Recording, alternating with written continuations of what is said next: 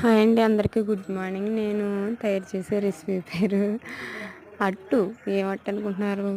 గోధుమ పిండి అట్టు కాదు, ఇది మైదా పిండితో తయారు చేశాను అనమాట. కొంత సాల్ట్ వేసుకుని ఒక కప్పు పిండికి 1 టీ స్పూన్ సాల్ట్ కలుపుకొని బాగాను మొత్తం పిండి అంతా కలిసే వరకు బాగా కలుపుకోవాలి. కలుపుకున్న తర్వాత పెనం బట్టి ఆయిల్ వేసి హీట్ ఎక్కిన తర్వాత వేసుకొని పెనంగా టచ్ అయ్యేలాగా మనం దాన్ని అట్ల పుల్లతో అద్దుకోవాలండి. అద్దుకున్న తర్వాత బాగా కాల్చుకోవాలి, లేకపోతే మెత్తగా ఉన్నట్టు ఉంటుంది, తినలేము.